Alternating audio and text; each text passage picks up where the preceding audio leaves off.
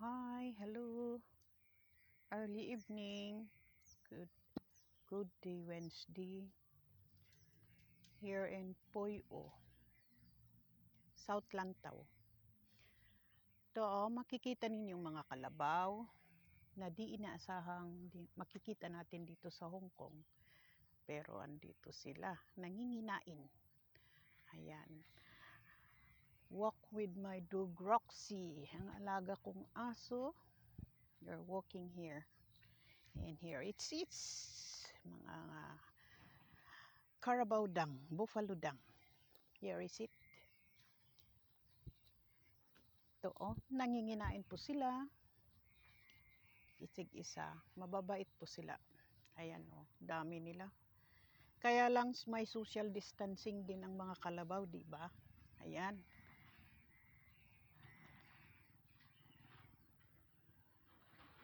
Kalabaw man sila, alam din nilang magdistansya Kitang-kita. Tig-isa silang nanginginain ng mga damo. Andito isa, dalawa, tatlo. Ang tataba po nila at mababait. Huwag mo lang saktan, huwag mo lang batuhin. At sila di nananakit din.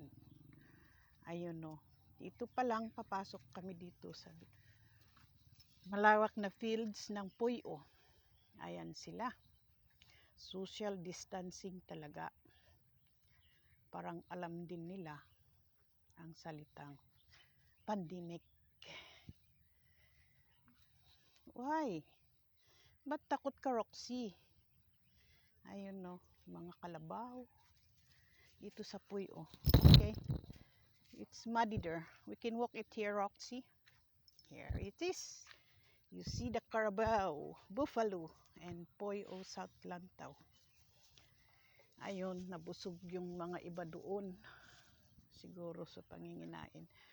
Hello, Buffalo. Hello. Nice one. Ayan sila. Namamahinga yung iba sa sulok sa malawak na fields dito sa Puyo. Ayan. Sun setting. Sunset. Ganda ng sunset doon. Yan Hello, kalabaw. Hello, buffalo. Tahimik nila. Busog na sila. Time to rest. Namamahinga at matutulog. Ayun, ang mother doon. Sa gilid. Tahimik na nakatalungbo. Hindi pala mother. Ito siguro yung father kasi malaki siya at medyo maitim ang balat. Ayun, namamahinga sa gilid. Hello, buffalo. Ayun sila. Ito mga anak siguro ito kasi medyo maliit siya. Pero ang tataba nila Hi, buffalo. Mga ilang buwan lang siguro mga ito. Kasi medyo maliit. Bata pa sila. Isa, dalawa, tatlo, apat. Busog na siguro kaya namamahinga sila. A mother or a father is there just watching us, taking a photo of them. Hello. Tapos ito na mahinga na rin. Busog na si Bibi Carabao. Ayan. Dito po sa South Lantaw, Puyo. Dito po niyo makikita ang mga kalabaw. Dito rin sa South Lantaw ay isang tourist spot. Maraming turista ang pumupunta rito. Dahil sa kabila nito, isang malawak na beach. Isang magandang beach siya. Ganda ng sunset. Okay, let's go. Roxy, there's another dog. Who with you, Doggy Brown? Come on, Roxy.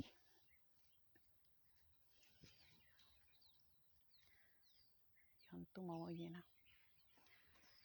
Dami nila. Nasa sulok-sulok lang namamahinga. Doon sa gilid pa doon. Sa gilid-gilid lang sila namamahinga. Isa, dalawa, 7, 8, 9. Tapos may 2 doon sa sulok. 11. Tapos may nanginginain pa dito na 2. 13. Tapos andun pa doon. Lampasan namin ang 3. 16.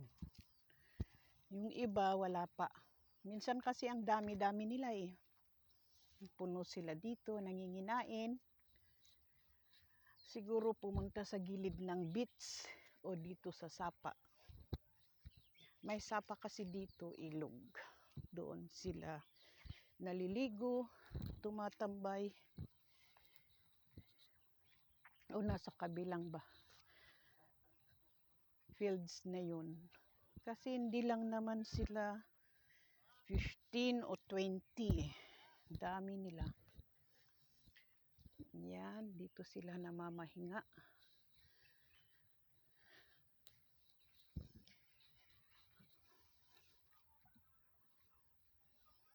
Wala sila dito sa ilog.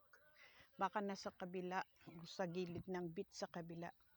May maluwang na beach doon sa kabila. Doon pumupunta yung mga nagkakamping, natutulog, lalo na pag weekends. Oh, wala sila dito. Nahati yung mga kalabaw. Pumakabilang pampang sila. Sa kabilang fields. Kasi maluwang ito eh. Nasa kabila pa yung isang maluwang na fields. Wala sila dito sa ilog.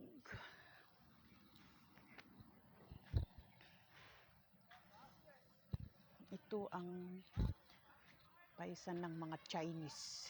Dito sila nag-aano ng mga insenso. Ito ang ilog. Daming fish dito na nakukuha. Okay, let's go home now. Roxy Doogie. Let's go.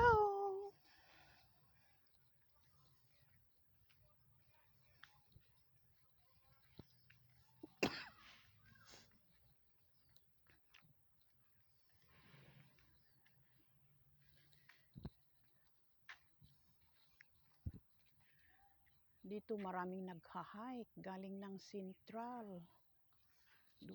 Doon sa taas na yun. Kasi maluwang ang hikingan dito. Doon may Cutswater doon. Old Road. Doon naman nagha-hike yung mga may aso.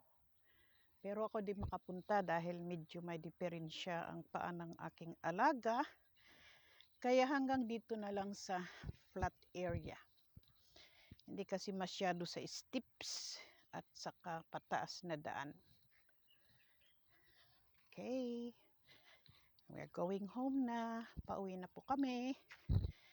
Thank you for viewing. Again, yung nasa Central,